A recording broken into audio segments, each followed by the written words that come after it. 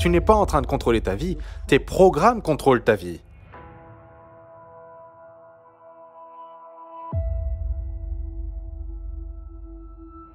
Dans le film Matrix, tout le monde a été programmé. C'est vrai aussi dans la vraie vie. Il n'y a pas une seule personne sur cette planète qui n'a pas été programmée pendant les 7 premières années de sa vie. Il n'y a pas de gène qui cause le cancer. Le cancer, c'est une conséquence d'un mauvais programme. Ça, on le sait depuis plus de 400 ans maintenant. Si je te programme, tu m'appartiens.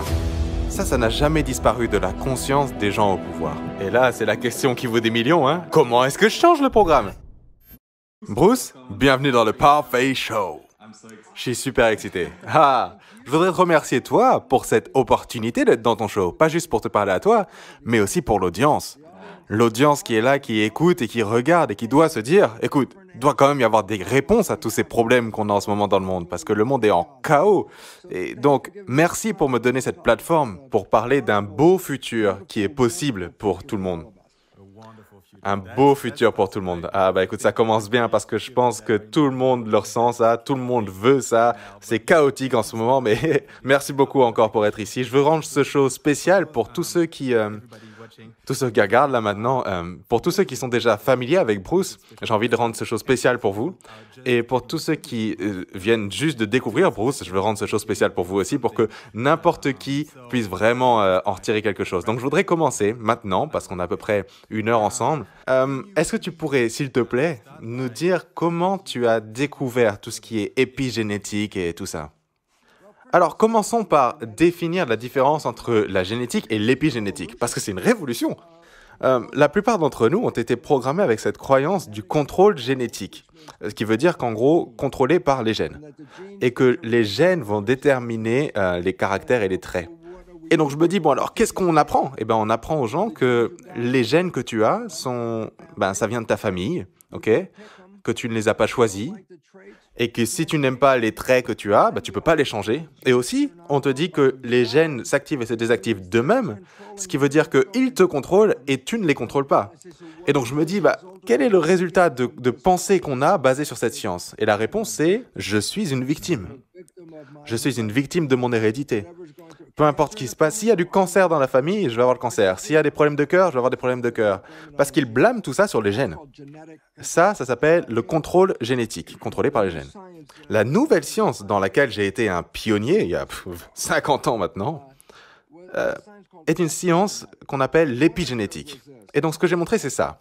J'ai pris des cellules génétiquement identiques et je les ai mises dans 3 boîtes de culture cellulaire différentes. J'ai changé l'environnement du milieu de culture, qui, parce que je le fais ça dans un labo, c'est de la chimie, c'est comme du liquide dans lequel les cellules grandissent. Et d'ailleurs, voilà un point important.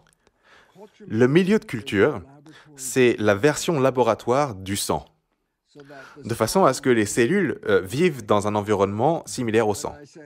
Et donc je me suis dit, ok, puisque c'est moi qui fais la chimie, je peux changer un petit peu la chimie. Et donc j'ai fait 3 boîtes différentes avec 3 milieux de culture différents, 3 environnements différents. Mais toutes les cellules étaient génétiquement identiques.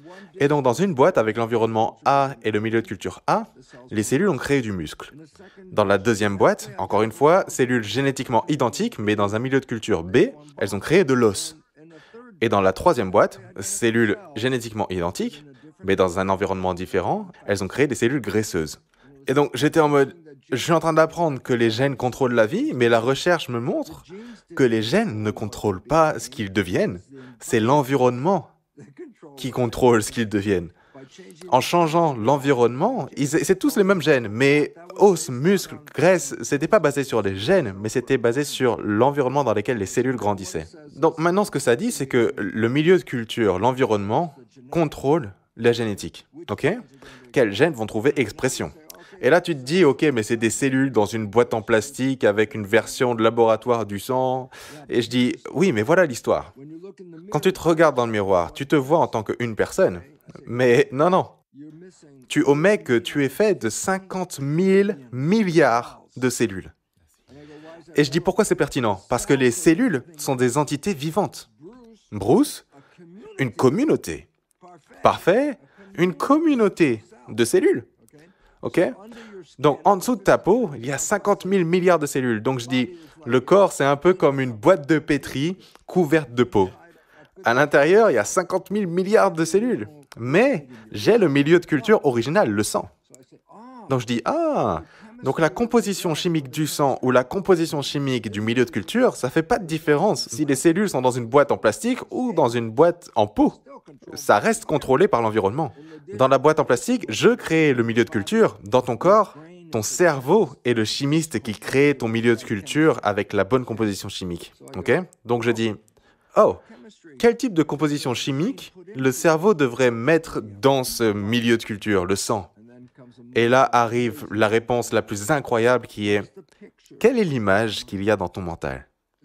Est-ce que c'est une image de santé et de bonheur ou une image de peur ou faiblesse ou... peu importe l'image à laquelle tu penses, elle va se transformer en chimie grâce au cerveau qui va s'aligner à l'image. Donc, une image d'amour dans ton cerveau va créer une chimie différente dans ton sang, comparée à une image de peur. Ok? Donc je dis, quand tu es amoureux, eh ben, ton cerveau va relâcher des choses comme la dopamine, qui est le plaisir de l'amour. L'oxytocine, qui est la liaison avec cet amour, ok? La vasopressine, parfait, va te rendre plus attirant, donc ton partenaire va rester avec toi. Et l'amour aussi, la chimie de l'amour, c'est les hormones de croissance. Et je dis donc quoi? Parce que je dis quand tu es amoureux, tu as la meilleure nutrition possible, la meilleure croissance. Et c'est là que les gens vont te dire « Oh, on peut voir qu'ils sont amoureux, ils sont tellement scintillants, ils sont en pleine santé. » Je dis ça, c'est la chimie de l'amour. Mais la chimie de la peur, c'est complètement différent. Et ça a un effet complètement différent. La peur, d'ailleurs, va couper ta croissance parce que le but est de te protéger de l'extérieur. Mais il faut bien que tu grandisses tous les jours. Et là, je suis un adulte, j'ai 76 ans, je grandis tous les jours. Pourquoi? Parce que chaque seconde, on perd des millions de cellules qui meurent, toutes les secondes. On a 50 000 milliards de cellules, mais toutes les secondes, il y en a des millions qui meurent. Des cellules de peau, de sang, de cheveux, de tout. Et toute l'idée, c'est ça. Combien de temps tu vas bien pouvoir vivre si toutes les secondes, tu as des millions de cellules qui meurent? Et donc je dis, écoute, tu as des cellules souches. Et qu'est-ce que c'est que ça? C'est des cellules embryoniques. Donc, quand il y a des cellules qui meurent, les cellules souches vont leur trouver des remplacements. Donc, la question devient, est-ce que tu as des cellules souches? Et la réponse est, est-ce que tu es en vie? Alors oui, tu as des cellules souches. Donc, en gros, quelle est la différence avec ma recherche? Les gènes ne prennent pas de décision. Les gènes, connectés avec l'environnement et ajustés pour s'aligner avec l'image de l'environnement, est-ce que c'est une image sans danger? Ou est-ce que c'est une image de peur? Ou une image d'amour? Ou une image de solitude? Peu importe l'image. Les hormones et les sécrétions du cerveau vont toujours s'aligner à cette image. Quand on était des enfants, peut-être qu'on jouait avec quelque chose qui s'appelait peindre les numéros. Et donc, tu as une image, et tu sais, il y a tout un tas de numéros dans des petits endroits, et tu as différentes couleurs, et tu as le nombre, et tu dois remplir l'espace. L'épigénétique, c'est peindre les numéros, mais à l'envers. Tu comprends ce que je veux dire? D'abord, tu as toute l'image, et ensuite, le cerveau va décomposer tout ça, et va se dire, OK, ça c'est blanc, ça c'est noir, et il va créer toute la chimie pour créer cette image. Et il va relâcher cette chimie dans le corps. Et t'es prêt? Parce que ça va t'époustoufler. Les cellules sont comme des pixels sur un écran de télé. Toutes les cellules. Et donc, quelle image vas-tu créer? Et je réponds, quel type de chimie tu viens de relâcher? Parce que tu es en train de peindre les pixels un peu. Et donc, mon corps, du coup, devient un complément qui va s'aligner à mes pensées. Donc, si je pense que je suis faible et que je vais tomber malade, alors le corps va dire, OK, apprêtons-nous à être malade parce qu'on est ouvert maintenant. Mais si tu es là persuadé que tu vas absolument pas choper la grippe, tu peux aller travailler et faire ta vie, tu vas pas choper la grippe. Donc, qui chope la grippe? Celui qui se dit « Ouh, je peux peut-être attraper la grippe ». C'est lui qui va le choper. Donc, en gros, tu es en train de dire que peu importe ce à quoi tu penses, tu deviens. C'est un peu ça que tu dis? Bah, attends, laisse-moi t'arrêter ici parce que ça, c'est une citation connue de Bouddha. Tu veux l'écouter? Écoute, voilà la citation de ce que tu viens de dire, exactement la même chose. Ce que tu penses, tu deviens. Et donc, ce que tu viens de dire là, c'est une citation... T'es comme Bouddha Junior. J'aime bien ça. Je vais l'utiliser, ça, je vais le regarder. Les amis, petite pause dans la conversation pour vous parler du sponsor, Cambly, l'application qui te permet de pratiquer l'anglais en personne avec des professeurs anglo-saxons.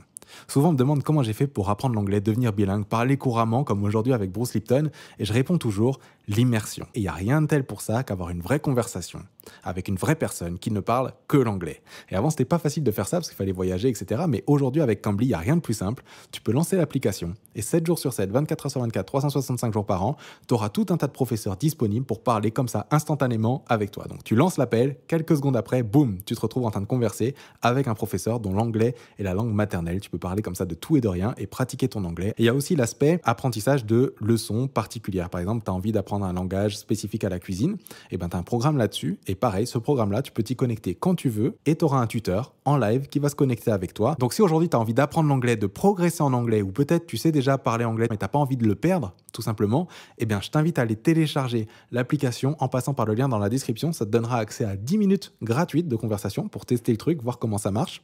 Et aussi, si tu décides de t'abonner après, abonne-toi avec le code PARFAITCHAUD parce que ça te donnera 40% de réduction sur ton abonnement. Donc c'est presque moitié prix, d'accord? Donc je t'invite à faire ça tout de suite. Allez, retour à la conversation. Ok, donc tu dis que le cerveau, et je pense d'ailleurs que c'est instantané, donc dès que tu as l'idée, dès que tu as l'image, instantanément, des réactions chimiques vont se balader dans ton corps pour transformer ça en réalité. Exactement, et ça va sélectionner des gènes pour s'aligner à cette réalité aussi. Si c'est une réalité de peur, tu vas être en mode protection et tu vas te cacher. Si c'est une réalité d'amour, tu vas sortir et tu vas tout prendre parce que l'amour, c'est la croissance. La peur, c'est poussez-vous, poussez-vous. L'amour, c'est viens, viens. Donc si quelqu'un veut être en pleine forme, en pleine santé, devenir l'amour serait la clé pour la santé éternelle, tu dirais? Ou est-ce que tu pourrais penser à l'amour, tu vois, toute la journée, le ressentir l'amour, mais malgré tout tomber malade? Est-ce que ça, c'est une possibilité? Oui, parce que l'idée, c'est que on vit à travers le conscient. C'est ça qui crée les réactions chimiques et le subconscient, d'accord? On vit à travers ces deux-là. Maintenant, on dit le conscient et le subconscient, quand on les met ensemble, ça fait l'esprit. Dis non, il y a deux esprits et ils font pas la même chose. Le conscient, juste derrière ton front, c'est là que tu es un individu. Il n'y a pas deux personnes pareilles. Genre, le conscient est unique. Tout comme ton code PIN, ton code... Juste, il n'y a que toi qui viens dans ton conscient. Parfait, tu as un conscient différent que le mien, donc du coup, tu reçois différents signaux que moi. Il n'y a pas deux personnes pareilles, ok? L'esprit subconscient, c'est un peu comme un disque dur dans un ordinateur. On met des programmes dessus. Donc, tous les deux, on pourrait avoir le même programme, mais on aura un esprit conscient différent. Donc, le conscient est créatif. C'est sa fonction de penser et d'imaginer. Qu'est-ce que tu veux? Et je vais être en pleine santé, je vais avoir de la romance. Peu importe ce que tu veux créer. Le subconscient, c'est des habitudes. C'est pas de la création. J'ai appris à marcher. Ok, devine quoi? Tu as appris à marcher avant d'avoir 2 ans et tu n'auras pas, à moins d'avoir un problème aux jambes, tu n'auras pas à réapprendre à marcher, même si tu as 110 ans, tu utiliseras toujours ce même programme que tu as appris quand tu avais 2 ans. Donc, le subconscient apprend des programmes, et ensuite ils deviennent des habitudes, et ensuite ça se répète. Une habitude, ça se répète encore et encore et encore et encore. Donc, si tu as pris une habitude quand tu avais 3 ans, tu pourrais avoir 100 ans aujourd'hui et jouer la même habitude, parce qu'une habitude, c'est automatique. Tu appuies sur le bouton, programme, boum. Penser, par contre, ça c'est créatif. Le conscient égale pensée, subconscient égale habitude, ok? Et donc quoi? Eh bien, je peux être content dans mon esprit conscient autant que je veux, mais la question devient, si je restais conscient, eh bien, je serais content tout le temps. Mais le problème, et les gens ne savent pas ça, et c'est pour ça que c'est aussi difficile pour eux, c'est le conscient est créatif, ça a ses souhaits, ses désirs. Si je te dis parfait, dis-moi ce que tu veux pour ta vie, etc., tu vas me dire je veux ci, je veux ça. Et ça, c'est l'imagination. Et si mon conscient gère ma vie un petit peu comme un véhicule, comme une voiture, et que je conduis comme ça ma vie avec mon conscient, le conscient va m'emmener où? Vers mes désirs, vers mes souhaits. Mais voilà le problème, et tout le monde a ce problème. C'est l'esprit conscient est créatif, Mais l'esprit conscient peut penser. Et donc je dis, quelle est la différence? Créatif, je regarde le monde et ce que je veux. Penser, je vais à l'intérieur de ma tête. Parfait. Aujourd'hui, on est mardi. Si je te dis, qu'est-ce que tu fais jeudi après-midi? La raison pour laquelle je te pose cette question, c'est que c'est probablement pas écrit devant toi, là, mais dans un moment ou deux, tu vas penser, tiens, qu'est-ce que je vais faire jeudi? Et au moment où tu as pensé, tu n'étais pas en train de regarder à l'extérieur, tu regardais à l'intérieur. Il va falloir que tu changes la direction. Donc, quand je suis conscient, je regarde à l'extérieur. Quand je pense, je regarde à l'intérieur. Et donc, je dis, qu'est-ce que ça veut dire? Eh bien, si tu conduis et que tu commences à penser, et c'est ton conscient qui était censé conduire la voiture, mais d'un coup, tu commences à penser. Eh bien, à ce moment-là, tu ne regardes plus à l'extérieur. Et donc là, tu dois te dire, mais la voiture va cracher. Et non. Le subconscient qui a l'habitude, c'est en autopilote. Autopilote. Quand tu es en train de penser et que tu as arrêté de regarder à l'extérieur avec ton conscient, ton subconscient sait comment faire les choses. Il sait comment conduire, il sait comment marcher, il sait comment faire ton travail, il y a des habitudes. Et donc, pourquoi c'est pertinent? Et tous les gens dans l'audience, c'est le moment de se réveiller. Vous êtes prêts? Le conscient est créatif. Et tu peux créer le paradis sur Terre. Ok? Le subconscient, c'est les habitudes. Et je dis, d'où est-ce que tu as pris l'habitude? Le comportement, l'habitude. Ok? Et je dis, tu les as pris d'autres personnes. Qu'est-ce que tu veux dire? Le cerveau est un ordinateur. C'est un ordinateur. Donc, allons au magasin. Je ramène un ordinateur complètement neuf, et j'appuie sur Start. Et l'ordinateur s'allume, et l'écran s'allume, et je dis, OK, fais-moi une image, ou écris un essai, ou dessine un tableur, ou quelque chose. Et tu vas te rendre compte que, attends, je ne peux pas le faire. Et tu vas me dire, pourquoi? Tu as un nouvel ordinateur. Et là, je dis, oui, mais d'abord, il faut que je mette un programme dans l'ordinateur. Si je n'ai pas le programme, je ne peux pas utiliser l'ordinateur. Donc, dans le développement d'un humain, le cerveau s'allume au dernier trimestre de la grossesse, les 3 derniers mois avant que tu naisses. C'est là que ça s'allume. Mais il n'y a pas de programme. Donc je dis, comment est-ce que tu fais pour avoir un programme? Eh bien, je dis, dès la fin de la grossesse et pendant 7 ans, le cerveau n'est pas au niveau de la conscience. Il n'est pas là encore. Il est en train de se développer. C'est des vibrations. Donc je pourrais dire, tiens, regarde, parfait, je peux mettre des câbles sur ta tête. Ça s'appelle de l'électroencéphalographie, ou EEG. Et donc, je peux lire les fonctions de ton cerveau. Pourquoi? Parce qu'il y a les vibrations. Les vibrations, ça fait de l'électricité. Ça se connecte à la peau. Je mets des électrodes sur la peau. Boum, je peux lire les vibrations. OK? Donc, je dis, mais quand je lis les vibrations, il y a une vibration du sommeil qui est très basse. Et il y a une vibration du travail qui est très haute. La lente, vibration lente, ça s'appelle delta. Et bêta, c'est la vibration super rapide. Tu sais, travail, penser, maintenant. Les gens, travailler, penser, parler. Bêta. En dessous de bêta, c'est l'alpha. Ça, c'est la conscience calme. Tu sais, quand tu te réveilles et tu es juste calme, tiens, qu'est-ce que je vais faire? Je traîne un peu. Mais dès que tu commences à te concentrer, l'énergie s'élève. Donc, quel est le point? Il y a plusieurs niveaux de vibration. La plus basse, c'est delta, et l'enfant, pour la première année environ, c'est en delta parce que l'enfant dort la plupart du temps. Mais entre l'âge de 1 et 7 ans, ou même plutôt de l'âge de 0 à 7 ans, les vibrations du cerveau ne sont pas suffisamment hautes pour être conscientes. C'est juste en dessous, ça s'appelle θ. Et en θ, il y a l'imagination. Et les enfants jouent beaucoup à l'imagination. Ils vont monter sur un balai, et pour eux, c'est pas un balai, c'est un cheval. Dans l'esprit de l'enfant, quand il regarde en bas, il voit pas un balai, il voit un cheval. Imagination. Ou alors les salons de thé imaginaires, comme ça, tu sais, ils mettent rien du tout dans la tasse, ils boivent le rien du tout, et oh là là, c'est le meilleur thé que j'ai jamais eu de ma vie. L'imagination, θ. θ, c'est l'hypnose.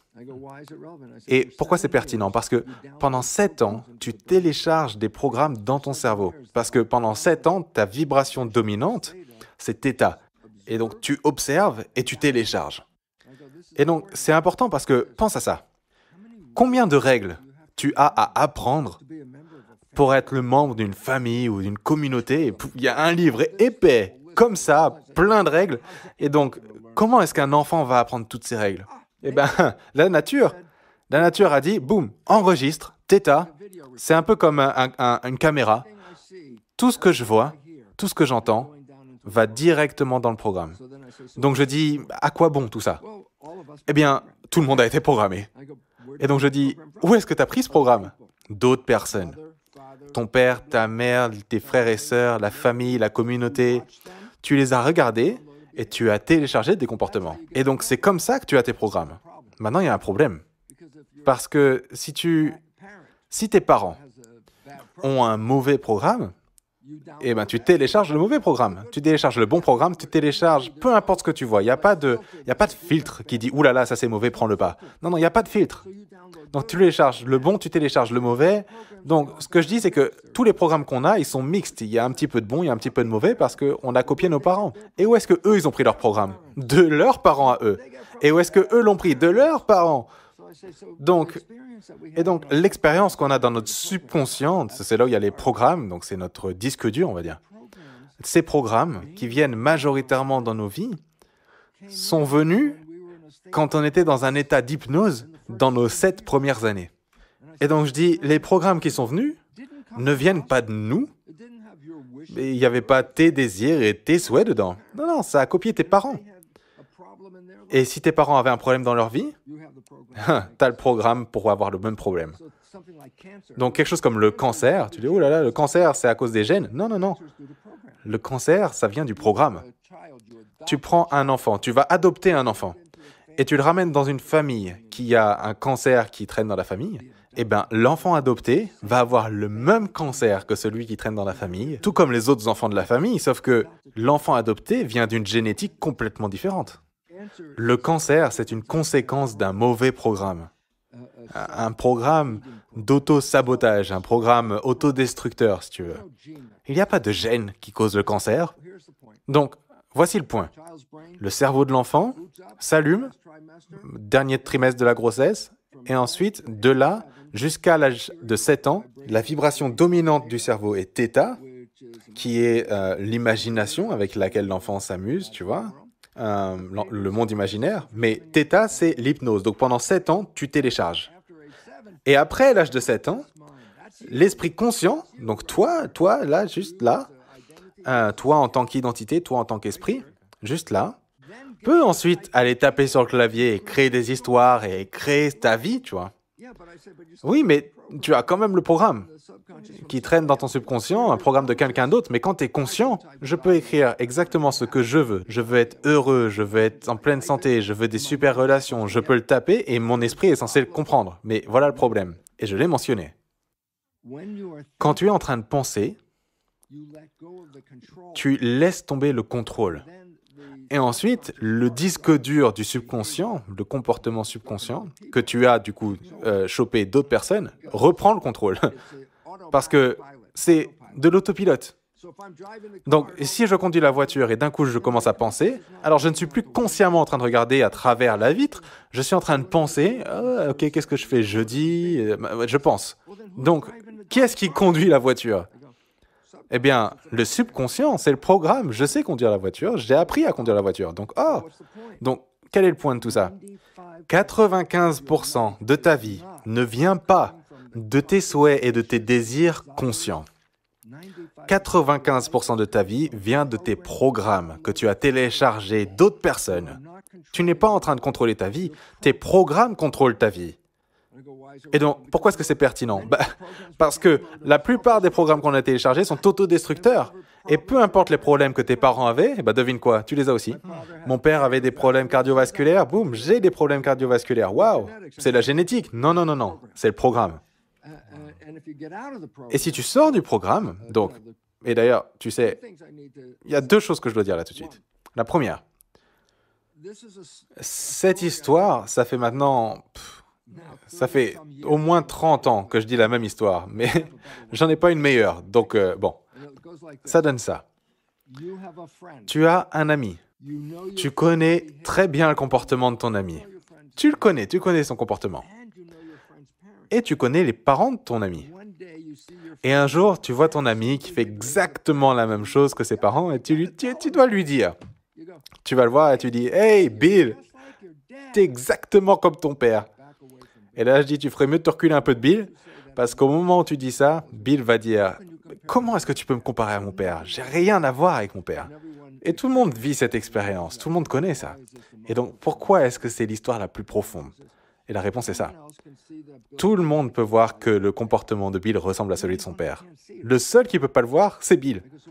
Et donc, qu'est-ce que ça veut dire? Ça veut dire que d'où est-ce qu'il a pris le comportement?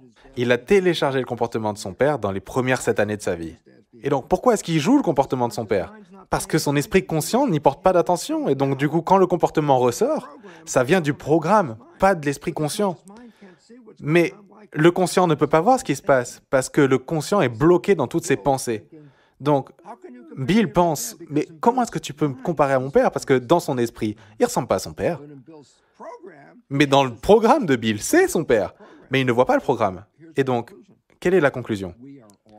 Nous sommes tous Bill. Tout le monde, toute la journée, 95% de notre vie vient de programmes subconscients qu'on a chopés d'autres personnes et on ne les voit pas. Donc pourquoi c'est pertinent? Parce que si j'ai un mauvais programme depuis ma famille et que je le joue, est-ce que je sais que je le joue? Non. Mais non, je peux pas y porter attention, je suis en train de penser. Donc ma vie n'est même pas ma vie est un programme. Et donc je me dis, waouh. Donc, alors ça voudrait dire que le film Matrix, c'est pas de la science-fiction. C'est la vraie vie. Qu'est-ce que tu veux dire? Dans le film Matrix, tout le monde a été programmé. Et donc je dis, c'est vrai aussi dans la vraie vie. Il n'y a pas une seule personne sur cette planète qui n'a pas été programmée pendant les 7 premières années. Donc je dis, ouais, on a tous été programmés. Et dans le film, ils disent, eh bien, tu peux prendre la pilule bleue et tu peux te réveiller, tu es toujours dans le programme. Prends la pilule rouge et tu sors du programme. Donc qu'est-ce qui se passe si tu sors du programme? Et je dis, je vais donner un exemple où la plupart des gens sont sortis du programme, parce que la plupart des gens, quand ils arrivent à un certain âge, ils ont pris cette pilule rouge, sans le savoir. Mais ça a changé leur vie. Et qu'est-ce que c'était ça? Tomber amoureux de quelque chose ou de quelqu'un. Mais pourquoi? Eh bien, quand tu tombes amoureux, pourquoi est-ce que tu joues un programme 95% du temps? Pourquoi? Ah, parce que je pense 95% du temps. Mais si je tombe amoureux, j'arrête de penser. Pourquoi? Parce que si tout ce que tu as cherché est juste là, pourquoi est-ce que tu penserais? Non, tu restes là, tu apprécies ce que tu as. Et ça s'appelle être attentif. Être attentif, rester dans le présent. Et ça, c'est l'équivalent de la pilule rouge. Tu arrêtes de jouer le programme. Et donc, qu'est-ce que ça veut dire? Je dis, ta vie, c'est bla bla bla bla bla. Et ensuite, tu rencontres quelqu'un. 24 heures après, oh, la vie est incroyable, j'adore la vie, la nourriture est incroyable, la musique c'est folle, oh là là, tout est bien, j'adore ma vie, je suis amoureux. Et je dis, qu'est-ce qui s'est passé? Eh bien, tu as créé le paradis sur Terre. Mais attends, je dis, attends une seconde, t'étais blablabla toute ta vie, c'était blablabla. Et là, en 24 heures, toute ta vie a pris un tournant à 360 et maintenant c'est l'amour et la joie et la beauté et le bonheur et le paradis sur Terre. Et je me dis, waouh, combien de temps ça dure ça? Eh bien, à partir du moment où tu ne penses pas, le paradis sur Terre reste parce que tu ne joues pas le programme. Mais au moment où tu recommences à penser, tu rejoues le programme. Et quel est le problème avec ça? Eh bien, ton partenaire qui est tombé amoureux de toi n'a jamais vu ton programme négatif parce que tu ne l'as jamais joué encore. Parce que tu étais dans cette conscience créative et tes désirs et tes souhaits, oulala, je suis paradis sur Terre, mais un jour tu penses et ton partenaire arrive à la maison et t'es là, blablabla, et elle aussi, et lui aussi. Et qu'est-ce que c'est que ce comportement? Qui es-tu? Parce que il ou elle n'aura jamais vu ce comportement. Parce que c'était un programme. Et tant que tu es attentif, tu ne joues pas ces programmes. Et c'est une période qu'on appelait la lune de miel. Tu ne jouais pas de programme, tu étais en train de créer. Mais quand tu recommences à penser, alors le programme revient. Et ça, c'est un tout autre comportement. Et c'est là que la lune de miel commence à partir. Pourquoi? Parce que la joie et l'amour de créer cette espèce de paradis disparaît pour recréer le programme. Et ta vie redevient un programme, et la lune de miel commence à se dissiper. Et la conclusion est la chose la plus importante au monde. Et ça, c'est que quand tu as arrêté de jouer le programme, tu as créé un nouveau monde. Tu as créé une nouvelle vie. Tu as créé des souhaits, des désirs. Et pourquoi? Parce que c'était le job de ton conscient. Mais quand tu penses, subconscient. Et le problème, c'est que la plupart de ces programmes sont déresponsabilisants. Ils vont t'auto-détruire et ils vont te limiter. Et tu vois, c'est des croyances qui te limitent. Et c'est des programmes, mais ce n'est pas toi. Toi, tu es créateur.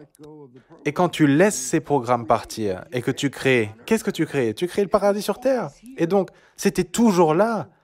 C'était juste tes programmes qui t'empêchaient d'avoir cette expérience du paradis tous les jours que tu vis sur cette planète. Et donc, d'un coup, c'est en mode, attends, je ne suis pas une victime. Et donc, non, tu ne l'es pas. Tu es créateur. Mais tes seules créations viendront de tes programmes jusqu'à ce que quand tu penses, d'un coup, tu vas directement, automatiquement créer depuis ton programme. Donc, si c'est un mauvais programme, tu vas créer ça, mais tu ne vas pas le voir. Comme Bill. Pourquoi? Parce que la raison pour laquelle tu jouais le programme, c'est parce que tu ne portais pas attention. Donc, tu ne voyais même pas le programme. Mais tu vois le résultat, par contre. Et le résultat, c'est quoi? C'est pas ce que je voulais. Je voulais être en pleine santé, je voulais avoir de bonnes relations, je voulais avoir plein d'argent, je voulais blablabla. Mais qu'est-ce qui s'est passé? Eh bien, je ne l'ai pas eu. Et je dis, et pourquoi pas, du coup? Et voilà le problème. Parce que les gens pensent que c'est le monde extérieur qui les empêche d'avoir leur succès. Alors que non, c'est ton monde intérieur qui programme constamment l'échec. Et tu fais ça toute la journée, mais comme Bill, tu ne le vois pas. Et donc, si tu ne le voyais pas, alors, d'où vient le programme? Eh bien, ça ne vient pas de moi. Hein. Moi, je voulais avoir du succès et être content. Mais pourquoi pas alors? Je suis une victime.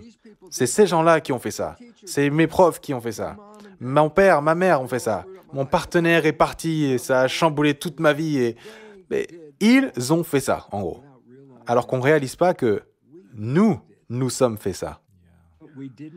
On ne l'a pas vu. Et donc je dis, maintenant le problème c'est que ta vie est programmée 95% du temps. Les jésuites, ils le savaient ça depuis 400 ans et ils l'ont dit à leurs adeptes et leurs adeptes, sans même comprendre ce qu'ils disaient. Et voilà ce qu'ils disaient. Donne-moi un enfant jusqu'à ce qu'il ait 7 ans et je te montrerai l'homme. Et voilà ce qu'ils disaient. Donne-moi les premières 7 années pour mettre un programme dedans. Et 95% de la vie de cette personne vient du programme. Donc, donne-moi les 7 premières années et je te dirai à quoi ressemblera le reste de sa vie. Et ils savaient ça depuis 400 ans. Et si tu penses que les gens qui sont en pouvoir quelque part ne se souviennent pas de ça, ouh là là, ils savent exactement. Ils peuvent te programmer mieux que les jésuites auraient pu même l'imaginer à l'époque. Et donc, oui, on a tous été programmés et on a été programmés à perdre notre pouvoir et de le donner à d'autres personnes de façon à ce que notre propre création qu'on fait pour nos vies à nous ne vienne pas de nos souhaits et nos désirs, mais viennent du programme qu'on nous a donné. Et donc, tout d'un coup, tu te rends compte que tu as créé la vie de quelqu'un d'autre et tu crées le monde de quelqu'un d'autre. Ouh là là, il y a plein de guerres qui se passent en ce moment. Ah oui, parce qu'on a été programmés pour savoir qu'il y a de la guerre et que nous, on a raison et que eux, ils ont tort et tout ça, blablabla. Et le programme dit, oui, voilà, c'est ce qu'on fait, donc tu te bats. Mais si tu étais amoureux, tu te battrais pas. Parce que, quoi, je ferais un truc pareil, je suis amoureux. Ok? Donc ça devient vraiment important pour les gens de comprendre et de reconnaître que nous sommes contrôlés par le programme. Et que nos capacités créatives sur nos souhaits et nos désirs ne fonctionnent que lorsqu'on arrête de jouer ce programme. Et c'est super difficile de ne pas jouer le programme parce que c'est 95% de notre journée. Exactement, parce qu'on est toujours en train de penser tout le temps. Donc, ok. Donc, tu as ces programmes qui tournent. À chaque fois que tu penses, boum, les programmes viennent et ils reprennent le contrôle. Comme tu disais, par exemple, quand tu conduis, boum, le programme reprend le dessus. Oui, et tu voyais même pas ce qui se passait. Par exemple, disons que tu es dans une voiture. Et t'es pas tout seul, il y a un passager avec toi, et vous avez une conversation, tu vois, avec le passager. Et super conversation, bla bla bla, vous parlez, bla bla bla, cool. Et d'un coup, tu regardes au travers de la vitre, et tu te rends compte que t'as conduit pendant 5 minutes, mais t'as pas porté attention à la route. Et donc je te dis, ok, laisse-moi te poser 2 questions. La première question, de quoi est-ce que tu parlais? Ouh là là, on parlait de ceci, on parlait de cela, on parlait de ça. Deuxième question, qu'est-ce qu'il y avait sur la route pendant ces 5 minutes? Et tu vas me dire, je ne l'ai pas vu. Et donc pourquoi? Parce que ton conscient était bloqué dans ce programme et c'est l'autopilote qui a conduit au final. Et donc ton conscient n'a absolument aucune idée de ce qui s'est passé sur la route alors que tu étais en train de conduire. Et soudainement, je dis, voilà l'histoire de ta vie. Tu n'as aucune conscience, aucune idée de 95% de la conduite que tu fais. Parce que c'est en automatique. Et la plupart des programmes que nous avons ne sont pas vraiment favorables pour nous. La plupart des choses qu'on a téléchargées enlèvent notre pouvoir plutôt que de nous en donner. Maintenant, la question naturelle devient, en dehors du fait de ne pas penser ou alors de prendre des distances vis-à-vis de nos pensées, d'abord, comment est-ce que tu fais pour reconnaître ces programmes? Est-ce que tu regardes à tes résultats pour t'en rendre compte? Et deux, comment est-ce que tu vas changer ces programmes? Alors, bien évidemment, ça c'est les questions les plus importantes du monde maintenant, parfait. Donc, comment tu fais pour savoir quels sont tes programmes? Ah, j'ai une réponse. Alors, quelle est la réponse? La réponse est, pendant 95% de la journée, tu fais tourner des programmes. Pendant 5% du temps seulement, tu vas être créatif avec tes souhaits. Donc je dis, et alors? Eh bien, 95% de ta vie, c'est le programme. Ta vie, comme tu es en train de la vivre, est une impression de ton programme. Du coup, qu'est-ce que ça veut dire? Eh bien, je dis, toutes les choses que tu aimes qui arrivent dans ta vie, elles viennent parce que tu as un programme qui dit « Viens, venez », tu vois. Mais toutes les choses avec lesquelles tu galères, donc les relations, le travail, tu sais, la santé, tu galères avec tout ça, tu travailles dur, tu vois, je veux que ça arrive et je vais transpirer pour ça. Je travaille très très dur, tu vois, je mets beaucoup d'efforts. Pourquoi tu travailles aussi dur? Et la réponse est simple. Peu importe que tu essayes d'atteindre et tu as du mal à y arriver, c'est pas parce que l'univers veut pas te le donner, c'est ton propre programme qui t'empêche de l'avoir.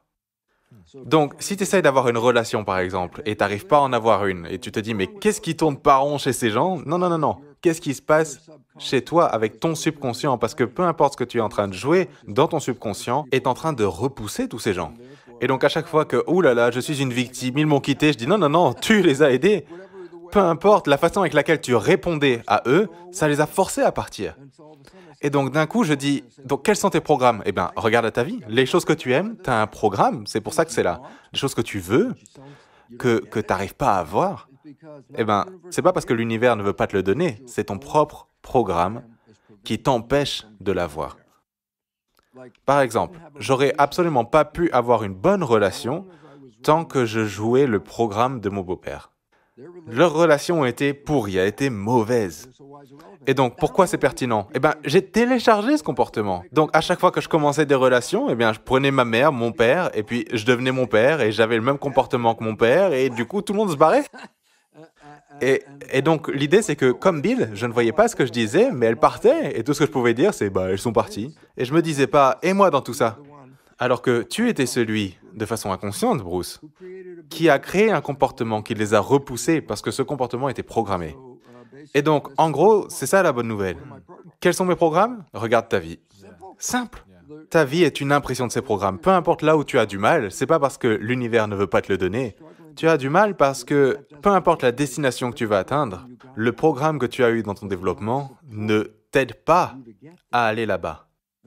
Et du coup, tu galères, tu peux pas y arriver parce que ton programme ne t'aide pas, ne te permet pas d'y arriver.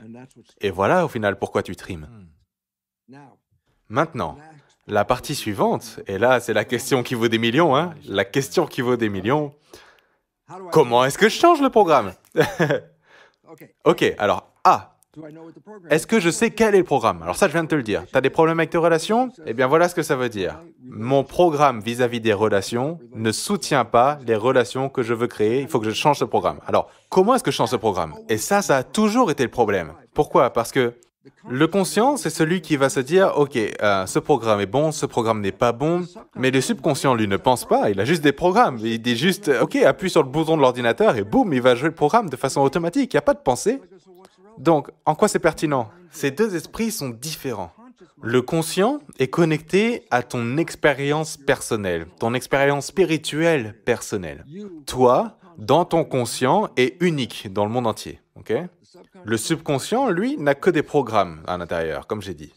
Donc, l'un est créatif, conscient, alors que l'autre est habitude. Ce ne sont pas les mêmes. Conscient contre habitude, il y en a un qui est créatif, l'autre qui est habitude, donc il y en a un qui est répétition, alors que l'autre dit « viens, on teste des trucs nouveaux ». Donc je dis, pourquoi c'est pertinent? Parce qu'ils ont deux fonctions différentes, okay? Conscient et subconscient, mais ils apprennent de différentes façons aussi. Donc, qu'est-ce que ça veut dire? Le subconscient, c'est l'habitude. Donc, qu'est-ce qui est important à propos de l'habitude? Eh bien, une fois que tu as l'habitude, tu n'as pas envie que ça change. Parce que, sinon, ça ne serait pas une habitude. Oh, j'ai appris à conduire une voiture, j'ai cette habitude, mais je viens d'oublier comment conduire une voiture. Maintenant quoi? Ou alors, tiens, j'ai appris à marcher quand j'avais 2 ans, mais je viens d'oublier comment on marche. Non, ça marche pas comme ça. Donc, voilà l'idée. Les habitudes résistent au changement. Parce que si elles changent, eh bien, c'est plus des habitudes du coup. Oui, c'est leur travail du coup. Ok, donc l'idée c'est que celui-là, le conscient, il est créatif, il a des souhaits, des désirs, et celui-là, du coup, le subconscient, a des programmes. Et donc, comment on fait pour mettre un programme à l'intérieur? Eh bien, ça ne vient pas de juste penser. Parce que c'est pas comme ça qu'une habitude se fait. Une habitude se fait... Comment tu fais les premières 7 années? Eh bien, l'hypnose, Theta. Donc je dis, donc si je veux changer mon subconscient, je peux utiliser l'hypnose. Et je dis oui, mais tu n'as pas besoin d'un hypnotiseur. Tu peux changer avec tes propres hypnoses. Et je dis, pourquoi? Eh bien, chaque nuit, tu te rappelles quand j'ai dit qu'il y avait plusieurs vibrations? Quand tu es réveillé, c'est très haut, mais au fur et à mesure que tu vas te coucher, eh bien, ça descend jusqu'à ce qu'à un moment donné, quand la conscience se déconnecte et que tu t'endors, la prochaine période du cerveau, c'est Theta. Et tu te rappelles, c'est la période de l'hypnose. Donc, quand je m'endors, ma conscience se déconnecte, mais les prochaines minutes, les minutes qui suivent, le cerveau se met à la vibration de Theta avant d'aller à la plus basse qui est Delta. Et donc, pendant que c'est en Theta, peu importe ce que le cerveau entend, tout comme pendant les 7 premières années, ça se télécharge dans le subconscient. Donc, tous les soirs, quand tu vas te coucher, tu peux mettre ton casque avec un programme qui va soutenir ce que tu cherches à accomplir. Peut-être c'est un programme pour les relations, un programme pour faire de l'argent, ou un programme pour être en pleine forme. Donc, tu joues ça avec ton casque. D'ailleurs, ces programmes, c'est quoi? C'est des affirmations? Eh bien, c'est un peu plus que ça. Ça va te donner toute une histoire sur à quel point tu es puissant, tu vois, dans ces programmes. C'est pas juste tu es intelligent, tu es intelligent, tu es intelligent. Non. C'est plus que ça. D'ailleurs, en parlant de reprogrammer son subconscient pendant qu'on dort, j'interromps la conversation pour vous dire 2 mots du sponsor, Deep Belief. Deep Belief, et vous allez voir, ça tombe très très bien, c'est la première application d'auto-hypnose audio pour reprogrammer son subconscient justement. L'appli est très simple à utiliser, vous choisissez votre objectif, par exemple réussite en amour, puis une croyance limitante à déloger sur le sujet. De là, vous aurez une séance audio de 7 minutes à écouter pendant 21 jours d'affilée, le soir, au moment où vous entrez en onde Theta. Ainsi, vous pourrez remplacer vos croyances limitantes par des croyances positives, reprogrammer votre subconscient et reprendre la main sur votre réalité intérieure et extérieure. En plus des séances de 21 jours, avec Deep Belief, vous pouvez reprogrammer votre subconscient beaucoup plus vite parce que vous avez aussi des séances matinales de 5 minutes. Vous avez des shots d'affirmation positive de 3 minutes et il y a même une séance de 7 heures pour reprogrammer toute la nuit. Cette appli est conçue par des experts en hypnose et en neurosciences et le meilleur dans tout ça, c'est que vous pouvez l'essayer gratuitement pendant 7 jours en téléchargeant l'application, en utilisant le lien dans la description. Donc si vous êtes sur l'ordinateur, YouTube là tout de suite, c'est très facile, mais si vous êtes sur mobile, vous cliquez sur le titre de la vidéo, ça va ouvrir la boîte à description. Et pareil, si vous êtes sur une plateforme de podcast, pareil, il faut cliquer sur le titre de l'épisode et la boîte à description va apparaître et vous pourrez voir le lien pour télécharger Deep Belief. Donc maintenant que tu sais que tu peux reprogrammer ton subconscient, pourquoi pas juste essayer de le faire dès ce soir, commencer à le reprogrammer dès maintenant avec Deep Belief, 7 jours gratuits, lien dans la description, je te laisse faire ça et on retourne à la conversation. Mais donc, tu écoutes ce programme, mais tu es en train de dormir. Donc, qui est-ce qui écoute ce programme? Theta. Mais Theta, c'est l'hypnose. Donc, peu importe ce que tu viens d'entendre, boum, ça commence à se télécharger. Donc, au fur et à mesure que tu vas le répéter, tu peux changer ta vie juste en mettant un casque toutes les nuits avec un programme qui va soutenir ce que tu veux accomplir. Donc, tu as appris que la première façon de mettre un programme dans le subconscient, c'est le Theta, l'hypnose, pendant les premières 7 années. Mais toutes les nuits, juste après que tu déconnectes et que tu t'endormes, la prochaine zone de temps est Theta, justement. Donc, si tu mets un casque, peu importe ce que tu entends, ça ne va pas aller dans ton conscient parce que tu es en train de dormir. Ça va aller directement dans ton subconscient. Ça, c'est l'auto-hypnose, numéro 1. Numéro 2. Le truc, c'est que cette auto-hypnose en Theta a marché pendant 7 ans. Mais tu as appris d'autres habitudes après tes 7 ans. Tu as appris à conduire une voiture, tu étais plus âgé que 7 ans. Tu as peut-être appris à jouer de la musique, tu étais sûrement plus vieux que 7 ans. Peu importe, il y a des choses nouvelles que tu as apprises. Et donc, comment tu les as apprises? T'es prêt? La pratique. Répétition, tu as répété. En répétant quelque chose, tu crées une habitude. Donc, après l'âge de 7 ans, tu peux apprendre de nouvelles habitudes. mais tu les apprends à travers l'effort d'une répétition. Tu vois, tu répètes, tu répètes, tu répètes. Et donc après, boum, tu apprends à jouer un instrument, tu peux prendre l'instrument et y jouer, mais si tu n'avais pas pratiqué, tu pourrais prendre l'instrument, mais tu ne saurais pas quoi en faire. Donc, tu as besoin de la pratique. Et la pratique, c'est la répétition. Et qu'est-ce que c'est la répétition? Créer une habitude. Au passage, j'ai une question là-dessus, très rapide. Est-ce que tu dirais que la répétition physique fonctionne tout aussi bien que la répétition mentale? Absolument, absolument. Et c'est comme ça que tu apprends quelque chose, tu vois. Peu importe, disons que tu travailles dans une usine et que ton travail, c'est de faire ça et faire ça et faire ça, et ensuite de le passer à ton collègue. Eh bien, après un petit temps avoir fait ça, ça, ça, et le passer à ton collègue, au bout d'un moment, tu vas pouvoir parler pendant que tu le fais, tu vas pouvoir penser pendant que tu le fais, peu importe, pourquoi? Parce que maintenant, c'est une habitude. Tu n'as pas besoin d'y penser, c'est automatique. Donc, ça peut être physique, ok? Mais ça pourrait être aussi des expressions mentales de choses physiques. Et ça, c'est ce qui a été commencé en Russie, où ils se sont dit, tiens, comment est-ce que je pourrais entraîner mes athlètes au-delà de les mettre sur le terrain et de leur faire des exercices? Eh bien, qu'est-ce qu'ils ont fait? Ils les ont mis sur une chaise, dans un état de relaxation, et ensuite, ils leur faisaient jouer l'exercice, mais dans leur tête, tu sais, pas dans la vraie vie. Et donc, par exemple, s'ils courent, ok? Ils sont dans leur tête et boum, ils se voient en train de courir et courir. Et du coup, ils n'ont pas fait l'exercice physique, mais ils se sont imaginés en train de faire l'exercice physique. Et devine quoi? Il n'y avait pas de différence dans le résultat, que la personne ait appris à travers une répétition physique de la chose, ou que la personne ait appris à travers la répétition mentale, à jouer le comportement dans leur tête. Dans l'esprit, ça ne faisait aucune différence qu'il ait appris dans le réel ou dans l'imaginaire. Dans tous les cas, ça a été appris parce qu'il y avait de la répétition. C'est incroyable et c'est même difficile à croire pour la plupart des gens parce que juste le fait de penser que j'ai pas fait la chose, mais j'ai quand même le même résultat, et ça prouve encore ce que tu disais au tout début, que l'image mentale que tu vas avoir va créer la réaction chimique qui va ensuite créer tout ce qui se passe dans ton corps. Et ça, c'est la partie la plus cool, parce que c'est là que les psychologues se sont rendus compte que tu n'as pas besoin de faire l'exercice de façon physique, tu as juste besoin de le répéter dans ton esprit comme si tu le faisais. D'ailleurs, pour la même quantité de temps, ou quand c'est mental, tu dois le faire plus longtemps.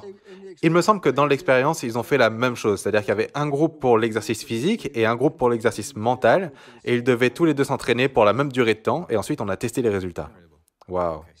Donc, le problème est, tu veux changer ta vie? Eh bien, tu peux mettre ton casque, c'est la première solution. Deuxième solution, tu peux juste t'entraîner à vivre d'une nouvelle façon. Donc, tu pourrais juste répéter des choses à toi-même, tu vois. J'aime bien cette nouvelle façon de dire, tu sais, fake it until you make it. Fais semblant jusqu'à ce que ça marche. Qu'est-ce que ça veut dire? Eh bien, si je suis pas une personne heureuse, eh bien, je dis quoi? Je dis prétendre l'être. Toute la journée, au beau milieu de toute ta misère, tu te dis, eh bien, je suis heureux. Dans le milieu de toutes tes misères, toutes tes galères. Et donc, quel est le but de ça? Tu le répètes, tu répètes, tu répètes, tu répètes, tu répètes encore. Ça s'appelle la pratique. Et un jour, tu vas te lever le matin et tu n'auras même pas besoin d'y penser parce que tu seras automatiquement content parce que c'est ton programme maintenant. Tu sais, je suis vieux maintenant. Et je me souviens quand on conduisait les voitures sans les ceintures de sécurité. Et d'un coup, boum, tu as une loi qui tombe, on doit avoir une ceinture de sécurité. Oh là là là là, quelle galère, faut mettre ci, faut mettre ça. Oh là là. Mais tu le répètes encore et au bout d'un moment, tu rentres dans la voiture et même sans y penser, boum, tu mets ta ceinture de sécurité. D'ailleurs, si tu ne la mets pas, au bout d'un moment, ton esprit va te dire, mets la ceinture. Qu'est-ce qui s'est passé? Tu détestais cette ceinture, tu détestais mettre la ceinture, mais maintenant, même inconsciemment, tu la mets tout le temps, même sans y penser. Eh bien, voilà le résultat de ce qui se passe quand tu crées une habitude. Il n'y a pas besoin d'y penser, c'est automatique. Donc, j'adore ça parce que si tu veux changer tes croyances, tout ce que tu as à faire, c'est l'effort au départ pour changer, tu sais, toutes ces pratiques et mettre les écouteurs, etc. Parce qu'une fois que le programme est là, il n'y a plus besoin de travailler.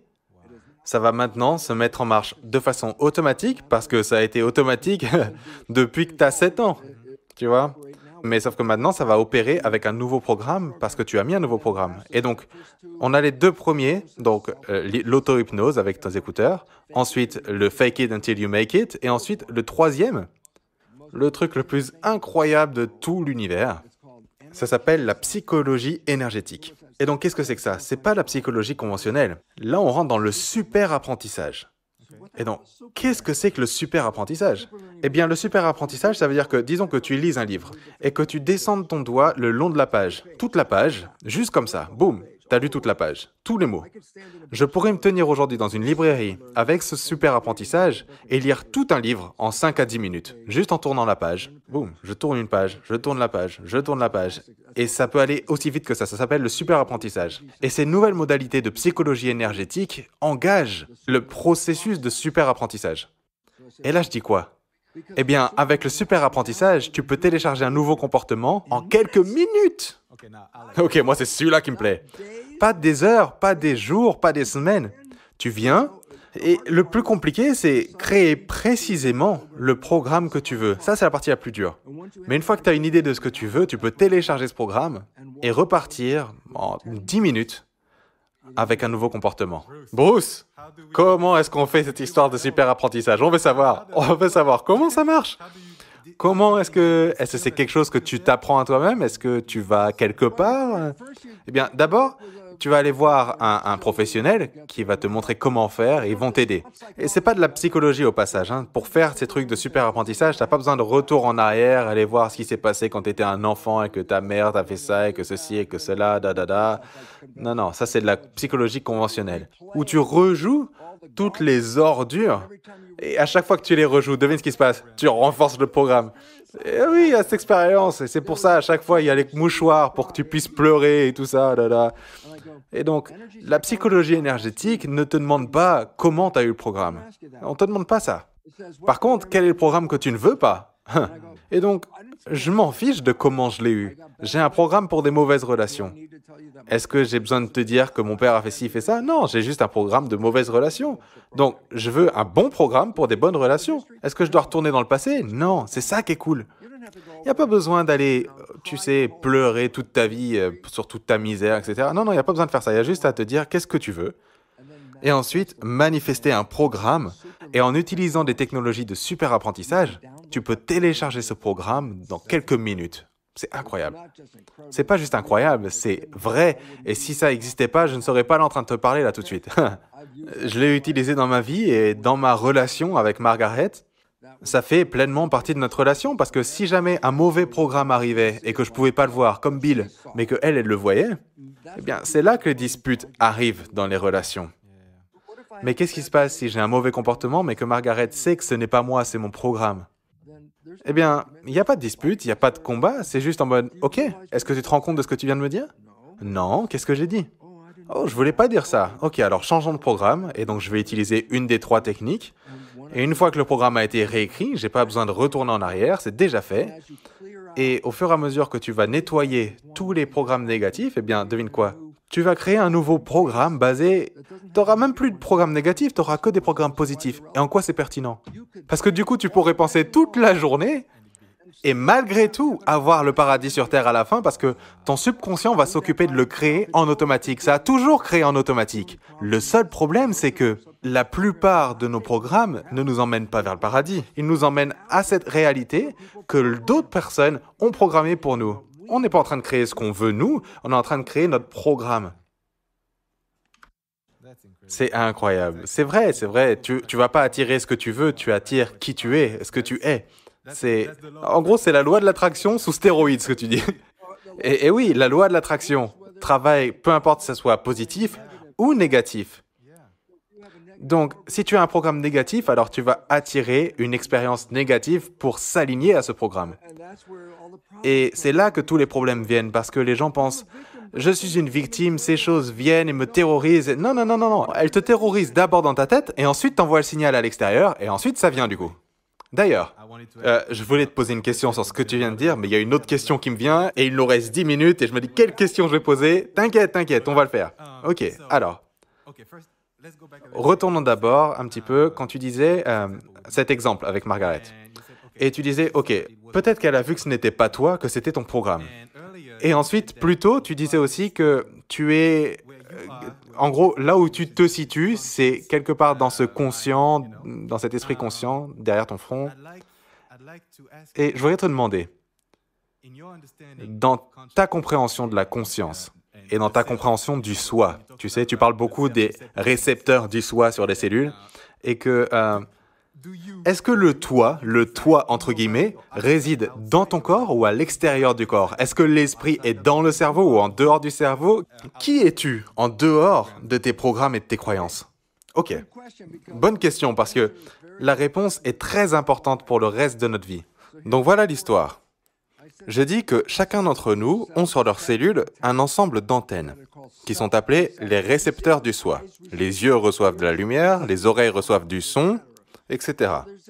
Mais il y a aussi quelque chose qui s'appelle les récepteurs du soi. Tu crois qu'ils reçoivent quoi? Un signal du soi qui te rend différente. C'est-à-dire que j'ai un ensemble d'antennes différents et tu as un ensemble d'antennes différents. C'est pour ça qu'on ne peut pas échanger les cellules. Parce que si tu mets tes cellules dans mon corps, elles ne vont pas répondre à mon identité, elles vont répondre à ton identité.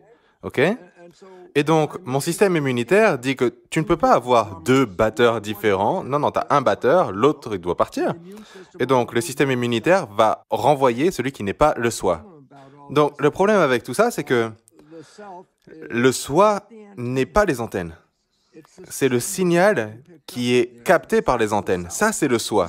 Et ça, c'est les antennes. Donc, je dis que le corps, c'est comme une télé. Mon identité est le programme capté par l'antenne.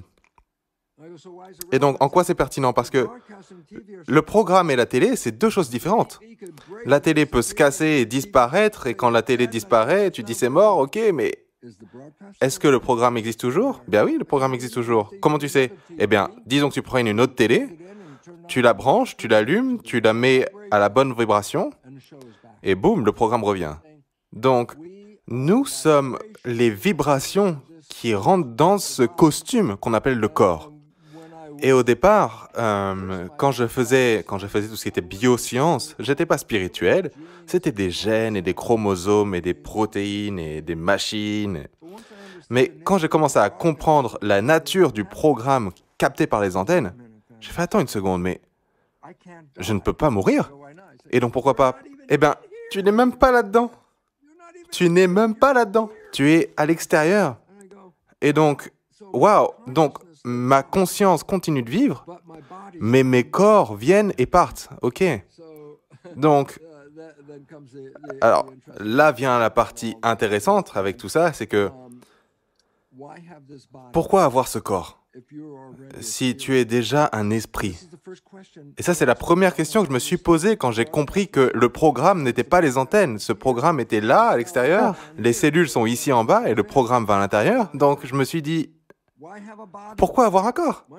Pourquoi pas juste être l'esprit? Et c'est là que j'ai compris que j'avais ce que j'appelle des cellules comédiennes juives. Il me dit pourquoi? Parce que dans la comédie juive, tu vas poser une question à une personne juive et ils vont te répondre en te posant une autre question. Donc, je me suis posé une question. Pourquoi avoir un esprit et un corps? Pourquoi pas juste être un esprit? Et je peux te dire, la réponse est venue de 50 000 milliards de cellules, comme un programme venant de mes cellules direction mon cerveau. Et mes cellules ont dit, « Bruce, si t'es juste un esprit, quel est le goût du chocolat? » Et là, j'ai fait, « Oh !» Réalité virtuelle, un costume de réalité virtuelle. Avec ce costume, j'ai des yeux, et d'un coup, les yeux peuvent voir de l'énergie et les transformer en images. Et j'ai des oreilles, et les oreilles peuvent transformer l'énergie en un son. Je peux goûter la nourriture, parce que l'énergie de la nourriture est captée par, tu sais, les cellules nerveuses qui se transforment en vibrations. Et donc, oh, ce truc prend les expériences, des expériences de vie, et le cerveau va les transformer en vibrations, parce que c'est ce que fait le cerveau. Le résultat du cerveau, c'est pas une image, il n'y a pas d'image dans ton cerveau. Non, c'est une vibration que tu interprètes. Et donc je dis, et comme on sait que l'esprit peut être lu depuis l'extérieur avec ce qu'on appelle de la magnétoencéphalographie, alors tes pensées ne sont même pas contenues dans ta tête, elles sont diffusées comme un diapason. Et donc où est-ce qu'elles vont les pensées? Eh bien, elles vont à la source. Donc, ma conscience peut expliquer l'amour comme une définition dans un dictionnaire. L'amour, c'est blablabla. Bla, bla, bla. Et donc, je dis oui, mais à quoi est-ce que ça ressemble, l'amour? Et là, oh, eh bien, l'amour, il faut avoir un corps. Parce que le corps va prendre la chimie de l'amour et te donner une sensation. Et cette sensation, tu vas la renvoyer à la source. Et donc, l'idée d'avoir un corps est de pouvoir vivre cette vie. Et si les choses que tu aimes sont très bonnes, eh bien, vis en plus. Et si tu vis quelque chose qui n'est vraiment pas bon, eh bien, arrête de le vivre, c'est ton choix. Ok? Et donc, d'un coup, je dis, pourquoi je suis là alors? Eh bien, pour vivre la vie. Et pour vivre toutes les choses qui sont bonnes, comme l'amour, la santé, l'harmonie, tout ça, la musique, la nourriture, tout ça, toutes les choses magnifiques qu'il y a, je dis, je suis là pour vivre tout ça. Et je dis aussi que c'est même plus que juste vivre la vie, parce que mon corps bouge. Mon corps peut faire ça, mon corps peut construire ça, et mon corps peut faire ceci, et il peut faire cela, et d'un coup je me dis, oh, j'ai deux aspects du corps. Un, les sensations, les expériences, ce que je peux ressentir. Et deux, c'est un outil pour créer. Là, tout de suite, on est en train de créer une conversation en utilisant une création d'un ordinateur et une création de... On est en train de créer tout ça. Donc, attends. Donc, quand je viens dans le corps, j'ai deux aspects. Un, créer, et deux, les retours de sensations. Et donc, t'es prêt pour ça, parfait? Parce que là, on tape dans le meilleur. Nous avons été programmés à croire que si tu vis une très bonne vie et que tu meurs, eh bien, tu iras au paradis. Et donc là, je dis, qu'est-ce que c'est le paradis? Eh bien, un endroit créatif. Qu'est-ce que ça veut dire? Eh bien, parfait, si je te dis, qu'est-ce que tu penses du paradis? Tu auras une définition. Si je demande à quelqu'un d'autre, il aura une autre définition. Et donc, tout le monde a sa propre croyance du paradis. Et donc, au final, le paradis, c'est quelque chose que tu crées avec ton esprit conscient. Et là, je dis, mais c'est exactement le rôle de l'esprit conscient dans notre corps, c'est de prendre ses pensées et de les créer. Donc, quand tu tombes amoureux et que tu as la lune de miel, tu as créé le paradis sur Terre. Waouh! Mais quand tu te relâches et que le programme reprend le dessus, tu es reparti pour recréer ce que tu créais avant, tu vois. Donc, voilà ma conclusion finale sur tout ça. Tu ne meurs pas et ensuite tu vas au paradis. Tu es né dans le paradis. Tu es venu ici pour créer, pour expérimenter des choses. Mais maintenant qu'on connaît l'histoire, est-ce que tu es en train de créer ce que tu veux? Non, tu es en train de créer ton programme. Et ça, on le sait depuis plus de 400 ans maintenant. Les jésuites le disaient déjà, si je te programme, tu m'appartiens. Et donc, ça n'a jamais disparu de la conscience des gens au pouvoir. Ils le savent tous. Et je dis, la programmation des enfants aujourd'hui est bien meilleure que la programmation utilisée par les jésuites à l'époque. Imagine un enfant aujourd'hui en train de se balader avec un iPad. C'est un programme pour utiliser les ordinateurs. Ok? Et genre, t'as déjà un iPad, tu sais à peine marcher. Et donc, ah oui, on commence tôt. On commence plus tôt qu'avant avec les programmes. Est-ce que tu joues des bons programmes ou est-ce que tu joues des mauvais programmes? Aujourd'hui, avec cette grosse arnaque du Covid, je suis désolé, hein, je sais que tout le monde a ses opinions sur le sujet, mais je suis d'accord avec toi, complètement. 99% des gens se remettent de ce Covid sans aucun problème, 99%. Et moins de 1% ont un problème. Et je dis, est-ce que le problème c'est le Covid ou est-ce que c'est le programme? Ok? Quel est le programme sur les chaînes d'information? Tu vas choper le Covid et tu vas mourir. Oh! Qu'est-ce que je dois faire? Tu vas prendre un vaccin pour le Covid. Et donc, ils te font peur jusqu'à ce que tu prennes ce truc. Et le point, c'est que le Covid lui-même n'est pas mortel. Tu sais qu'il y a des problèmes? Et il y a des problèmes au passage. Je ne dis pas que les gens n'ont pas de problème. Bien sûr que les gens ont des problèmes. Mais tout le monde a un problème? Non! Les seuls qui ont des problèmes sont ceux qui ont des faiblesses dans leur système qu'on appelle comorbidité. Ils sont en surpoids. 78% des gens qui ont eu des problèmes sont en surpoids.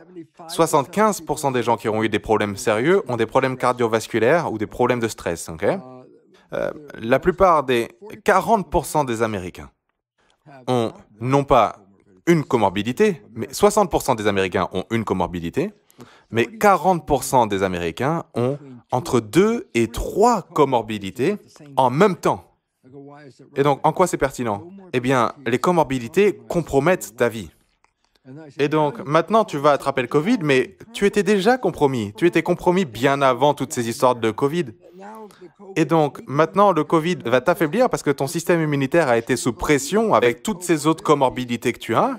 Et maintenant, tu as une pression en plus sur ton système immunitaire, il ne peut pas gérer. Et donc, qui sont les gens qui tombent vraiment malades? Ce sont les gens qui sont déjà compromis, que ce soit des vieilles personnes parce que leur système immunitaire n'est plus aussi capable, ou des gens qui ont des problèmes de croyances parce que les croyances vont changer la réaction chimique et ça peut t'affaiblir. Toutes ces histoires, tous ces problèmes deviennent importants là tout de suite dans ce moment. Mais ce que je veux que les gens comprennent, c'est ça. Ils sont en train de te faire super peur en te disant que ce virus est très violent et que ça va te tuer. Et non. Si tu es en pleine santé, le virus va rien te donner. Tu auras la grippe et puis terminé. Et ensuite, tu auras une meilleure réponse immunitaire que n'importe quel vaccin pourrait te donner. Une expérience naturelle va créer un système immunitaire bien plus fort qu'un vaccin avec le petit bout qu'ils mettent dedans. OK? Donc, toute l'idée, c'est ça. La meilleure réponse au Covid, si tu n'as pas de comorbidité, c'est-à-dire que tu n'as pas une des choses comme le diabète, tu sais, le surpoids, toutes ces choses-là, si tu n'as pas tout ça, avoir le Covid, c'est la meilleure forme de vaccination que tu puisses avoir. Parce que tu ne vas pas te retrouver avec des anticorps juste pour un petit bout du virus. Tu vas avoir des anticorps pour tout le virus. Et si ça revient encore, et devine quoi? Je crois que le chiffre, c'est 40% des gens infectés ne savaient même pas qu'ils étaient infectés. OK? 80% de la population a été infectée mais n'est jamais allé voir le docteur ou aller à l'hôpital. Non, pourquoi? Parce que leur système immunitaire était capable de gérer ça sans en arriver là.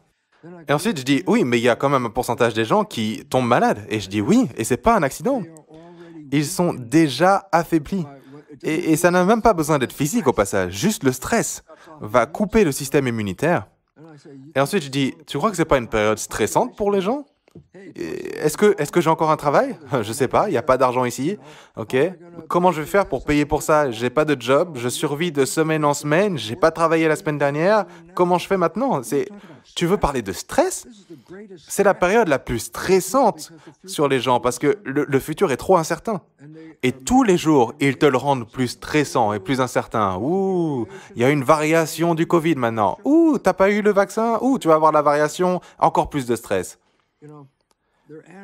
Ils ajoutent du stress à tout ça.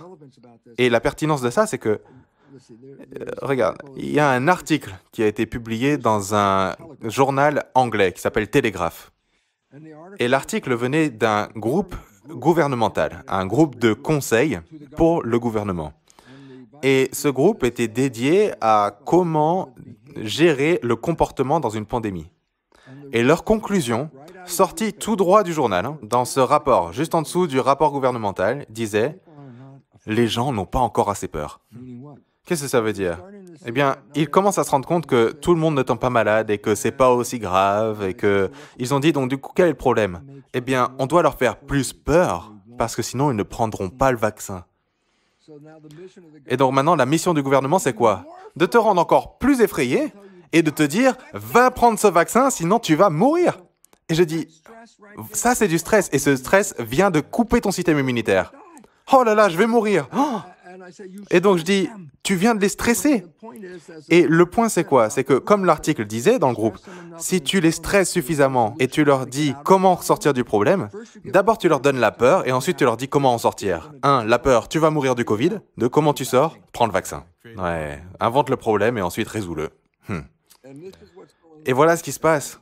Et c'est malheureux parce que, en vrai, et dans les vraies statistiques, ce virus n'est en aucun cas aussi violent que ce qu'ils te disent tout le temps. Par contre, c'est violent si tu es déjà compromis. Donc, ce que je dis, c'est que si tu es compromis, alors, en tant qu'individu, tu devrais faire tout ce qui est en ton pouvoir pour te protéger. Mais si je ne suis pas compromis et que toi, parfait, tu n'es pas compromis non plus, eh ben, pourquoi pas juste sortir comme on le faisait avant parce que aucun d'entre nous n'est compromis, il n'y a pas de problème. C'est le problème de qui? De celui qui est compromis. Donc, toi et moi, on va changer notre comportement pour protéger eux, alors qu'eux-mêmes ne travaillent pas pour changer leur santé. Ils pensent juste que, oh, si je prends le vaccin, boum, terminé. Alors, petit A, gros point. Le vaccin ne t'empêche pas d'attraper le Covid. Petit B, le vaccin ne t'empêche pas de transmettre le Covid. Le vaccin, petit C, a été créé pour t'empêcher d'avoir une conséquence sérieuse du Covid. Ils ne disent pas que tu vas pas choper le Covid. Non, c'est fait pour empêcher une conséquence sérieuse. Donc, il y a cette histoire qui traîne dans la tête des gens que si je prends le vaccin, je vais pas attraper le Covid. Non, non, ça c'est de la M. Mindset. Et je dis, tu peux aussi le transmettre. Donc, juste parce que tu as pris le vaccin, tu dis, je n'ai pas besoin de mettre un masque, ben, tu es tout aussi capable que n'importe qui d'autre de le transmettre. Donc, je m'en fous que tu aies le vaccin ou pas. Mets ton masque. Même si, pour te dire la vérité, je pense pas qu'un masque aide. Hein. Mais dans l'esprit, tu dis, ah, j'ai mis le masque, oula, je me sens bien mieux maintenant. Exactement, encore une croyance. Et maintenant, le système immunitaire remonte juste à cause de cet acte et la croyance que tu as dans cet acte. Ok, alors j'ai une dernière question et après je vais te laisser partir parce que pour être respectueux du temps, mais ok.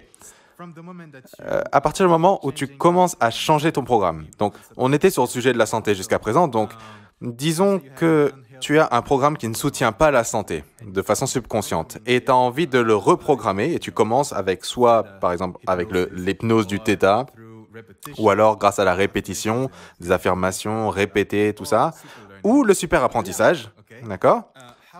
Combien de temps est-ce que ça prend pour... Ok, disons que tu as ce nouveau programme maintenant qui tourne. Combien de temps est-ce que ça prend pour voir les effets et que ça change la biologie à l'intérieur du corps pour s'aligner à ce programme que tu viens de changer? 1 minute? Ok, peut-être 2 minutes. Attends, donc tu pourrais avoir le cancer... Attends, je vais te donner un exemple. Alors, pour ce qui est des modifications via les croyances, il y a des choses subconscientes qui sont faciles à changer et d'autres qui ne sont pas faciles à changer. Si j'ai des problèmes avec les relations, c'est pas facile parce qu'il y a plein de choses qui doivent changer, il y a plein de choses que je dois remettre en place. Et donc, c'est pas aussi simple que juste de se dire quelque chose et boum, tout s'améliore. Non, je dois changer des choses, aller vivre ma vie et ensuite voir si ce changement, sur la durée, aura fait la différence.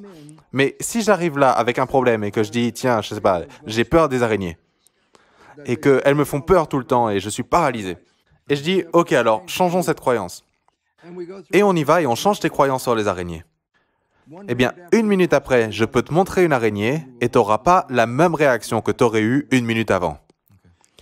Donc, ce qui est intéressant à travers tout ça, c'est que quand tu as une peur ou une phobie, eh bien, je peux créer le stimulus très rapidement. La peur des chiens, la peur des araignées, la peur de la hauteur, peu importe la peur, je peux créer ce stimulus maintenant. Mais si je change le programme et qu'ensuite on crée le stimulus, tu peux voir en 1 minute, tu ne réponds pas comme tu l'aurais fait 1 minute avant. Et tu peux le voir. Mais si je dis, j'ai des problèmes avec mes relations, eh bien, ok, on peut t'aider avec le programme, mais il va falloir ensuite que tu vives quand même. Je veux être pilote d'avion. Eh bien, cool, je peux te donner un programme positif pour que tu puisses piloter un avion. Mais je ne vais pas rentrer dans un avion avec toi. Ok, je sais que ta conscience te dit que, ok, tu peux piloter l'avion, mais est-ce que tu t'es entraîné? Est-ce que tu as appris à voler? Ou est-ce que, boum, d'un coup, tu t'es dit, c'est parti? Non, non, non, non. Il faut d'abord que tu pratiques. Donc, si j'ai la peur de l'avion, je peux changer le programme et te dire, ok, je veux devenir un pilote. Et ton système sera ouvert au fait que tu puisses apprendre à piloter. Mais ça ne veut pas dire que juste parce que tu te dis, ah là, j'ai envie d'être un pilote, que ça y est, je veux monter dans un avion avec toi. Parce qu'il y a des choses qu'il faut quand même que tu apprennes. Il faut que tu apprennes les comportements et ensuite, il faut que tu vives le process. Que ce soit des relations, que ce soit piloter un avion. Mais il y a des choses. Je peux te montrer immédiatement une araignée. Je peux te montrer immédiatement un chien. Je peux te montrer immédiatement... on peut aller sur le toit. Et quelque chose, je peux vraiment te pousser. Je peux faire en sorte que le stimulus soit devant ta tête. Et si je change ce stimulus, mais 1 minute après qu'on ait changé le programme, tu vas pas avoir la même réponse. Ça va à cette vitesse. Et donc, je dis, c'est 2 choses complètement différentes. Tu vois, la première, c'est répondre à un stimulus directement, et l'autre, c'est créer une relation. Bah, d'abord, tu ferais mieux de sortir, hein, et commencer à rencontrer des gens. Et ensuite, tu vas trouver quelqu'un avec qui tu aimerais bien avoir une relation. Ça se fait pas directement. Mais quand tu regardes en arrière, tu te rends compte que tu n'étais jamais capable de créer et de maintenir une relation, avoir cet équilibre. Et là, je regarde en arrière et je me dis, maintenant que j'ai cette relation, oh, j'ai changé le programme là, mais ça a pris du temps pour expérimenter tout ça, pour le vivre. Donc c'est pour ça qu'il y a des changements qui vont être instantanés et d'autres qui vont prendre plus de temps basés sur la complexité des interactions nécessaires. Et vis-à-vis de la santé, disons que tu as un problème de santé. Disons que, ok, tu as le cancer, ok? Tu viens de changer ta croyance vis-à-vis de la santé. Combien de temps est-ce que ça prend pour que le corps soit guéri? Eh bien, ça s'appelle la rémission spontanée. C'est ça le nom. Rémission, ça veut dire récupération. Qu'est-ce que ça veut dire rémission spontanée? Récupération instantanée. C'est comme ça que ça marche. Les cellules répondent aux signaux. Une cellule cancéreuse répond à un signal qui n'est pas en train de soutenir la santé. J'ai changé le signal, et donc la cellule cancéreuse va disparaître. À quelle vitesse? Eh bien, combien de temps ça t'a pris de changer le signal? Et donc ça, c'est le temps qu'il faut pour changer la croyance, c'est ça? Oui, exactement. Dans la psychologie énergétique. Parce que pour changer une croyance, en utilisant la répétition ou en utilisant les écouteurs, tu vas pas l'écouter juste une fois et boum, tu changes. Non, non. Il va falloir le jouer. C'est comme la pratique, encore et encore et encore. Mais dès que l'habitude est mise en place, dès que c'est mis en place, récupération instantanée. Exactement. Incroyable. C'est une façon incroyable de finir le show. D'ailleurs, tout le monde, si ça vous rend pas votre pouvoir, ça, je sais pas ce qu'il fera, changez vos croyances et vous allez changer vos résultats, même d'un point de vue biologique. Vous pouvez littéralement guérir des maladies incurables. Il faut 12 heures. 12 heures pour changer la réponse génétique. Ils ont fait ça avec la méditation. Ils ont lu les gènes avant la méditation, ils ont médité, et ensuite, 12 heures après, ils ont relu les gènes avaient changé. Incroyable. Incroyable. Je suis bouche bée. Et ça, c'est parce qu'on est puissant. Mais personne ne te l'a dit avant. Personne ne t'a dit « utilise ton pouvoir ». Comment est-ce que je peux marcher sur des morceaux de charbon bouillants? Je peux le faire si je crois que je peux, mais je ne peux pas le faire si je n'y crois pas. C'est vrai, et tu n'auras même pas de brûlure sur ta peau, rien. Non. Et aux États-Unis, il y a un groupe religieux qu'on appelle les fondamentaux, c'est des religieux du Sud, et ils travaillent pour se mettre dans un état d'extase religieuse, quelque chose comme ça, et parfois, ils parlent dans des langages où ils font des sons bizarres, tout ça. Et ces gens-là vont jouer avec des serpents venimeux. Et quand ils se font mordre, la plupart du temps, ils n'ont pas de problème. Mais parfois, quelqu'un va mourir. Et donc, quelle est la différence? Eh bien, celui qui meurt n'avait pas la croyance suffisamment forte. Mais je vais te dire, ce qu'il y a d'encore plus incroyable que ceux qui jouent avec les serpents, c'est que certains d'entre eux, pour prouver que Dieu les protège. Donc c'est ça qu'ils font. Ils appellent ça témoigner. C'est le mot, témoigner. Je vais faire quelque chose que n'importe qui de normal ne ferait jamais, mais je vais le faire parce que je sais que Dieu va me protéger. Et ils vont boire le poison strychnine dans des doses toxiques et n'ont aucun effet négatif. Et donc, c'est pareil que marcher sur des charbons bouillants. Ils sont protégés par leurs croyances. Et je vais finir avec ça, parfait, parce que la chose la plus importante, c'est ça. Il y a beaucoup de sciences différentes sur Terre. Il y a la biologie, il y a la chimie et tout ça. La physique quantique est la science la plus valide, la plus vraie de toutes les sciences qui existent sur cette planète. C'est la science qui a été la plus testée et qui a été prouvée d'être la plus vraie de toutes les sciences. Et donc, qu'est-ce qui est pertinent? T'es prêt? Dès les premiers jours de la physique quantique, en 1927, le premier principe de la physique quantique, c'est la conscience crée tes expériences de vie. Et ça, c'était depuis le premier jour. Et quelle est la pertinence? Eh bien, c'est encore et toujours vrai. Et maintenant, avec la biologie et l'épigénétique, c'est comment est-ce que la conscience ou la prise de conscience de l'environnement, comment tu peux utiliser ça pour changer ton activité génétique, l'épigénétique. Donc, l'épigénétique et la physique quantique disent la même chose. Tu es créateur. Ton esprit génère les créations. Mais si tu es en train de penser, alors la fonction créatrice n'est plus dans l'esprit conscient, parce que c'est hors ligne. C'est pas en train de bosser, mais c'est le subconscient qui reprend le dessus. Et donc, tout ce qu'il peut faire, c'est obéir aux habitudes que tu as. Donc, si c'est des bonnes habitudes, super, tu vas créer du bon, mais si c'est des mauvaises habitudes, eh bien, inconsciemment, tu vas t'auto-détruire. Et donc, fondamentalement, quelle est la vérité? La vérité, c'est ça. La conscience crée notre monde. Et malheureusement, il y a tout un état de programmation qui arrive pendant les premières 7 années de vie, qui vont pouvoir soit te responsabiliser avec des bons programmes, ou alors te saboter avec des mauvais programmes. Malheureusement, la plupart des programmes vont te saboter parce que les gens veulent avoir du pouvoir sur les autres. Et donc, comment tu fais pour avoir du pouvoir sur d'autres gens? Eh bien, la réponse, programme-les à être faibles. Et voilà, maintenant tu as quelqu'un de faible en face de toi, et voilà l'histoire. Donc, il est temps pour nous de se réveiller parce que le futur va être challengeant. Et il faut avancer dans ce futur avec des nouvelles croyances, parce que les croyances qu'on a aujourd'hui créent nos problèmes. Et donc, il est temps de changer tes croyances. Si tu ne vis pas le paradis sur Terre, il faut que tu ailles dans ton système, que tu identifies tous les programmes qui t'éloignent de cette expérience du paradis sur Terre, qui est d'ailleurs disponible à n'importe qui tombe amoureux. Incroyable. Bruce, merci encore, merci beaucoup pour venir sur ce show. Tout le monde, j'espère que vous avez adoré, c'était incroyable, j'ai vraiment adoré, c'était parfait pour finir. Si jamais vous n'êtes pas encore abonné, faites-le maintenant, appuyez sur le bouton s'abonner, donnez un gros pouce bleu. Bruce, où est-ce qu'on peut avoir plus d'informations de toi si on veut trouver un petit peu tous ces trucs super apprentissage? Simple, ça s'appelle brucelipton.com. Ça devrait pas être trop compliqué à retenir. C'est rempli de vidéos à télécharger, des audios et des articles écrits. C'est gratuit. Allez là-bas, téléchargez tout ça. Super. Eh bien, tout le monde, vous avez entendu?